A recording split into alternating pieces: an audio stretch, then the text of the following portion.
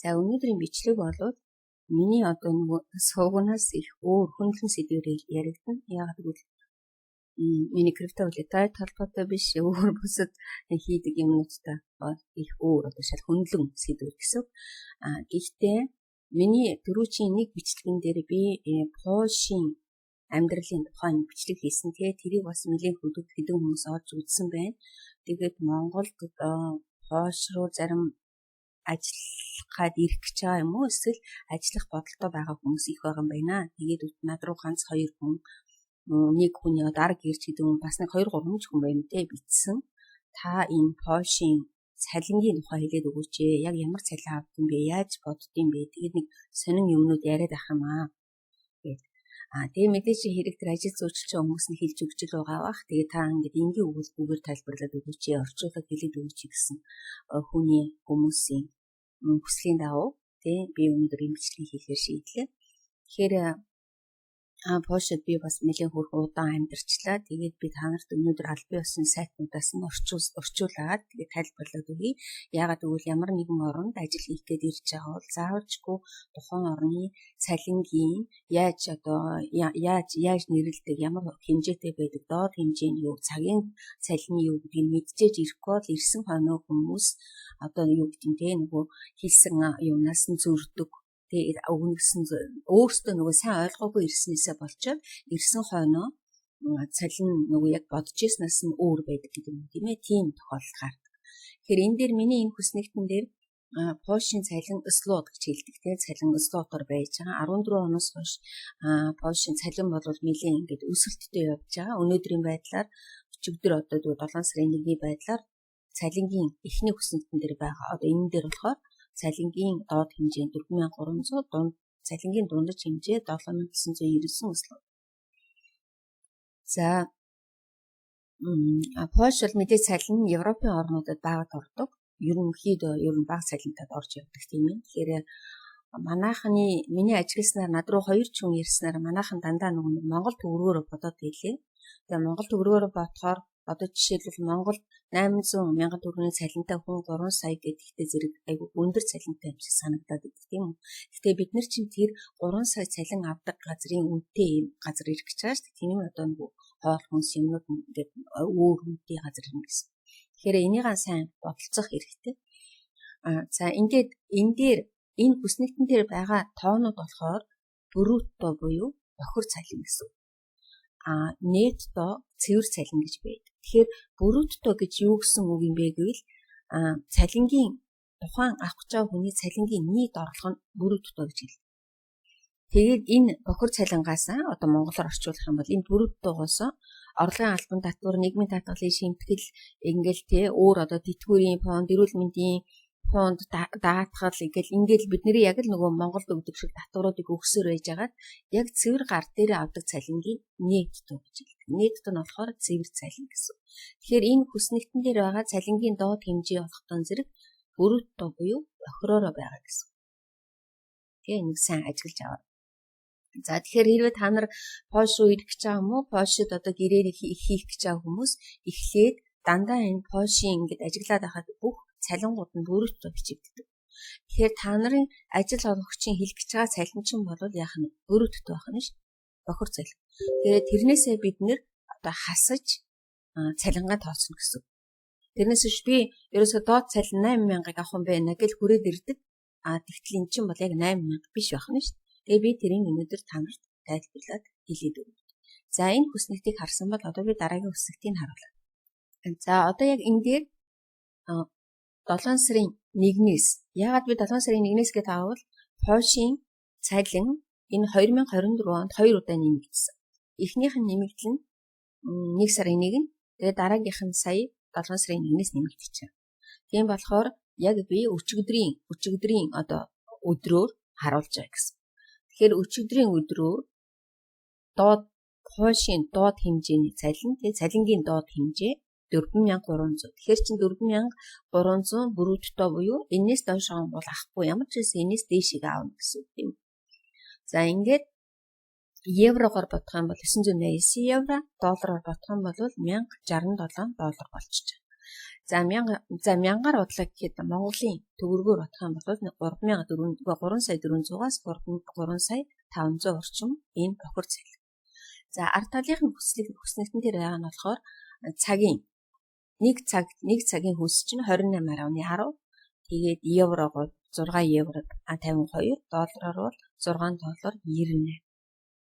За энэ болгохтан зэрэг одоо доод хэмжээний цалин байх нь тийм ээ. Тэгэхээр ирж байгаа хүмүүс бол бидэнд ямар ч байсан мэднэрийн бохир цалин энээсээ доош орохгүй нэ гэж бодож ирэх. За одоо хэдүүлээд өгвөл дунд цалингийг харъя. Дундаж цалин. За энэ ээж дундаж цалин. За тэгэхээр сардан энэ 1987 бол дундаж цалин байна тийм ээ. 1987 бүрүүддэг байна. Энэ дундаж цалин. Тэгээд евро бол 1855, злот орлоо 7990. Тэгэхээр би өнөөдрийн бичлэг хийж энэ дээр болохын зэрэг 5 сарын байдлаар харуулсан дундаж цалингийн хэмжээ. За одоо ингээд хэдүүлээ тоогоор нь харчлаа. Тэгээд дараа нь одоо энэ дээр яг гар дээр тэгвэл хэдийг авах вэ гэдгийг би харуулъя. Яг гар дээр хэдийг авах. За тэгэхээр би доод цалингаас нь бодоод хэлээд өгье. Хэрвээ доод цалингаас нь бүх татваруудаа өгвөл тэгээ одоо жишээлбэл 4300 злотын доод цалингаас бүх татвараа өгөөд яг гар дээрээ 3261 злот авах. За 62 гэж тооцоо. 3262 злот одоо яг цэвэр гар дээр авах. Энэ болохоор бидний юу байх нь? Цэвэр цалин байх нь ш. Тэгэхээр чинь нөгөө мянгаас чинь жоохон доош хараад явчих. За би одоо тэрийн их хүснэгтэн дээр харуулад өгье. За одоо энэ дээр ингэж хэрвээ та нарт ямар нэгэн одоо энэ дээр нэг имийг ягараа. Таны одоо цалин чинь 6000 брутто гэж бичсэн байна тийм. Тэгэхээр чинь одоо энэ урд тал дээр нь одоо энэ бичсэн байгаа урдлынх нь манайхаар бол одоо эрүүл мэндийн даатгал, нийгмийн даатгалын шимтгэл, орлогын албан татвар гэдэг ийм юунуудыг татваруудыг аваад ингэсэх байх нь шүү дээ. Одоо энэ ихнийх нь ийм 976 ингээд 156, 245 гэдэг ингээд явсаар байж байгаа. Тэгээд энэ 12 сарын 6000-ийнхаа бүрүүд тоогоос яг цэвэр гар дээр ирэх нь 4288 байх.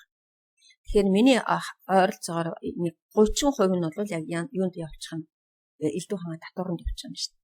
Тэгэхээр та нар өөрсдийнхөө нөгөө гэрийн дээр байгаа цалингаа тэр хүмүүсийн амлаж байгаа цалинг харчаад тэрнээсээ ойролцоогоор 30% багасгаж ээж таны гар дээр авах цалин. За одоо энэ дээрээс чинь нөгөө ажил олгогч нарын юунууд байгаа тийм үү гэрийн хэрвээ байр хүс байрны мөнгө чинь яах вэ эндээс чинь тийм байрны мөнгө байна. Зарим үйлдвэрүүд болохтан зэрэг байрны мөнгө нь өнгө болохоор энэ нөгөө цалин чинь багасаа явчихдаг. За зарим нь байрны мөнгөндөө нөгөө аюу бага одоо жишээлбэл 200-аас 400 орчим злот авна гэдэг юм уу. Хоолны мөнгө байна тийм ээ. Тэгээд нөгөө интернетийн чинь мөнгө байна. Эний тэрэг гэсээр хөдөл чинь хэд орчим цалин авах нь гэдгийг яах нь өөрөө тооцоолох юм шүү дээ. Тэрнээс биш одоо ингэдэг нөгөө нэг ингээд ой би одоо бүр 6000 злот гэдэг чи айгүй мөнгө авах нь шүү дээ гэж бодоод өгдөө. Тэ 6000 гэж нэг их фактор мөнгө ч бол биш шүү дээ тийм ээ 1000 гаруй доллар. Ингээ хөрөөд ирсэн хон чинь эднэр нь хасагтаад гар дээр чинь 4288 л ирэх юм. Энээсээ тэгээд та нар бас өөр юм да бодох юм шүү дээ. За ийм цалинтай байдаг байна. За энэ дээр дээдл дээр ингээд ажиллаж байгаа бол умова праце гэдэг нэг юм байгаа даа. За умова праце гэхээр яг манайхаар бол нөгөө хөдөлмөрийн гэрээ хийгдэнэ гэсэн. Тэгэхээр энд бас нөгөө зарим хүмүүс андуурж ирдэг. Яагаад гэвэл та нар ингээ гадаадаас ирж байгаа хүмүүс бол яг л ийм умова праце гэдэгт ирсэн байх хэвээр. Яагаад гэвэл компанитай яах нь гэрээ хийгээд компанитай гэрээ хийгээд тэргээр ирсэн байх хэвээр. Тэгээ энэний дараа талаа өөр бас ийм умова эслэцэния умава ичево гэдэг нэг хоёр өөр гэрээ бий. Тэр нь болохоор яг энэ хөдөлмөрийн гэрээ биш. Тэр нь болохоор нөгөө нэг одоо хүмүүс хоорондын тохирсон. Одоо жишээлбэл би нэгэн дээрэн дээр умава эслэцэния гэдгийг тайлбарлаад өгье. Жишээлбэл одоо би нэг хүнтэй тохироод засвар хийлгэж чаа. Тийм. Одоо гэрийн засвар хийлгэж. Тэгээд тэр засвар хийлгэсний одоо нөгөө цагаа тохирно гэсэн үг шүү дээ. Тэгэх юм бол засвар одоо ийм юугаар гэрээр ирсэн хүмүүсийн цагийн цалин нь бол нөгөө умово праца гэдгээс бага байдаг. Жишээлбэл тийм 28 арга байлаа гэхэд цагийн хөлс нь 28 арга байлаа гэхэд энд болохоор 22.07. Тэгээд би өөрөө эрүүл мэндийн даатгалыг би өөрөө төлнө гэвэл одоо 22.70 гэдэг. Ингээд эрс багасаа явчихдаг байна тийм. Тэгэхээр эн чинь нөгөө нэг гэрээ ирсэн хойно чинь бас яах нь гадаадас ирж байгаа хүмүүс бол ийм гэрээр ирж болохгүй гэсэн. Яагаад гэвэл эн чинь яг жишээлбэл Польшийн хөдөлмөрийн хуулийн хэмжээнд одоо бүрэн захирагддаг байх нь умова операц гэхээр нөгөөд нь болохоор нэгсэндээ дотроо ингээд өөр гэрээ байх юм шүү дээ. Ажлын гүйцэтгэлээсээ хамаардаг. Эсвэл зөвхөн нөгөө хийлгэх ажлыг хийчихэл цалингаа аваад явдаг ч гэдэг юм тийм юм байна. Тэгэхээр тэр мөрөн дээр бол заавалчгүй энэ умова операц гэдгээр ирэхгүй бол гадаад оронд ирчээд нөгөөх нь нэг тэр гэрээ нь биш вэ гэж бас болохгүй гэсэн. За дараагийнх нь нэг анхаарах юм нь одоо энэ цалин дээрээ бас нөгөө юу нь бодогдно. Бас нөгөө бүр ч их амар сэтгэлээр унж болохгүй. Юу бодох вэ гэвэл шөнө ажилласан цалин тэгээд амралтын буюу баярын өдрүүдээр ажилласан цалин нэмэгддэг. Тэгээд мэдээжин хэрэг гадаадаас ажиллах хүчин авна гэдэг чинь дотоодын ажилчид ажилдаггүй хамгийн хүнд хүчээр л ажилд ирнэ гэсэн үг шүү дээ. Тийм үү? Одоо жишээлбэл махны үйлдвэрч гэдэг юм уу тий том ерөнхийдөө 12 цаг хийхтэй ажиллана. Гэхдээ нөгөө нэг 7 хоногийн цагийн тэдээс илүү цаг ажиллахгүй гэсэн нэг юм байт юм билээ бас. Тэгэхээр тэрийг сайн нөгөө би ямар ч үсэн ирж ийж энэ цалин дээрээ амралтын буюу баярын өдрүүдээр ажиллаж ийж дээр нь эсвэл 12 цаг гөрийж ижил цалин маань нэгдэнэ. Тэрнээс биш өдөр болго 8 цаг хийгээл өөр юу ч хийхгүй бол яг саяын миний хэлдэг цалин гэл одоо энэ 4288 л гэдэг юм уу тий энэ хавцал байх юм шүү дээ цалинч. Тэгэхээр хитрхи их нөгөө ингэж мөрөөдөж амар их цалин авна гэл одоо сайн нэг надтай хүн ярьж байхад л их чи 3 сая 500 мянган авна гэсэн чи хөөхөн цалин байгаа үстэй гэдэг. Тэгээд тэр чинь бол тийм чи хөөхөн. Яг 800 мянган төгрөгийн цалин авдаг хүнд бол их юм шиг боловч энд ирсэн хойно тийм их мөнгө биш болчихж байгаа. За тэгээд дараагийнх нь нэг анхаарах юм нь юу гэвэл нэгэнтээ та энэ нөгөө ажлын гэрээ хийцэн бол энд ажлынхаа гэрээг өөрчлөөд өөр ажилд орно гэсэн ойлголт байдаг. Ер нь заавалжгүй гэрэл хийсэн бол гэрээнийхээ нөхцөлөд гүйцэтгэл ажлаа хийчихэл чи тэндээс гарна. Тэ хэрвээ яг ажлаа хаяад өөр газар орно гэвэл нөгөө л хийл уус тэ юмнууд хэрэгтэй. Тэгээд одоо энд нэг онцлог нь би түрүүний бичлэгэн дээр ч хэлчихсэн тэ би энэ гэрээгээ цуцлаа тэгээд өөрөө ажил хайгаад ажилд орно гэдэг ойлголт ер нь хойшод байдгүй шүү. Ер нь л байдгүй. Яагаад гэвэл таньдаг хүнээр ажил олуулна гэсэн юм байдгүй. Нэг хоёр дахь одоо тэр нэг хүнтэй ярьж байхад Польш руу ажлын гэрээгээр ирчээд тэгээ Польшоос Герман руу гарч ажил хийнэ гэж яриад тийм юм бас байхгүй. Тийм одоо буруу ойлголттой байж болохгүй. Яагаад гэвэл Польшийн ажлын гэрээгээр ирсэнд бол Польшд л ажиллана. Тэрнээс биш Польшийн ажлын гэрээгээр Европын холбоонд ажиллана гэсэн юм бол байхгүй. Европын холбоонд ажиллах өөр гэрээ, өөр юмнууд, өөр нөхцөл байгаа гэсэн. Тэгэхээр та Польш улстай л ажлын гэрээ хийсэн бол Польштой л ажиллана. Тэрнээс биш таны ажлын гэрээ цуцлагдаад ажлаа хаялал бол одоо нэг өсөндөө хинч биш болно гэсэн. Тэгээд эндээс Польшоос гараад Германд очоод тэгэл одоо бас л ерөнхийдөө бол айгүй хэцүү. Тийм нэг би бол тэгэж болно шүү гэж ерөөсөө зөвлөхгүй. Яагаад гэвэл би энэ бас удаан амьдарч байгаагийн хувьд те Европын холбооны дүрм журм гэдэг чинь бас нэлээд хэцүү. Тэгээд ирсэн хойноо ингээд буруу ойлголттой ирсэнсээ болоод хүмүүс ажилгүй болох тий ингээд үр шир тавиад бүрээд ирдэг. Тэгтэл ч нөгөө бодож ирсэнс нь шал өөр юм угтдаг тий. Тийм юмнууд байж болохгүй. Тийм болохоор ирэхээсээ өмнө энэ ажлын гэрээнийхаа тухай, цалингийнхаа тухай бүгдийг ерөөсөө яс мэдэж ирэхгүй бол сая нэг эмэгтэй надтай ярьж байгаа нь бол ерөөсөө ингээд нэг ойролцоогоор л мэдсэн явж илээ. За энэ дараагийнх нь энэ дээр би нэг ойролцоогоор хараа жишээлбэл ингэсэн байгаа. Энэ нэг дундаж одоо жишээлбэл энэ нөгөө мэрэгжлүүд тий одоо жишээл IT специалист Тийм бол 7,000-аас нь 30,000 гэл. Тэгээ цагдаагийн эмчнэр гэхэд 8,840, багш нар 5,210. Тэгээ ингээл одоо малын эмчнэр 6,230, инженер барилгын ажилтан 6,790 гэл энэ одоо нөгөө хойшин өөрийнх нь хүмүүсийн цалин дундаж гэмээр юм одоо юу ч хэлмээр юм. Одоо ер нь цалин л гэсэн үг л дээ гар дээр авах. Тэгэхээр чинь энэ өөрсдийнх нь ажилчдаас илүү тийм амар их цалин авна гэж байхгүй. За энэ Европын холбооны улсуудад нөгөө сантехник, цэглэгаачин эдгээр бол тоогооч нар тэгээ за тоогооч цэглэгаачин сантехникийн ажилчид хэрвээ ийм бүр жинхэнэ одоо ийм мэрэгжлийн сайн ажилчид бол баг худалчинд нөгөө өөр хүмүүсээс илүү цалин авдаг. Тэгээд нөгөө хэл мэдэхгүй бол дахиад нөгөө цалин чинь ажил чинь өөр болоод цалин чинь багасаад ажил чинь одоо хамгийн хүнд олон цагаар ажилладаг гэсэн. За энэ дээр би нэг юм харуулаад хэлчихлээ.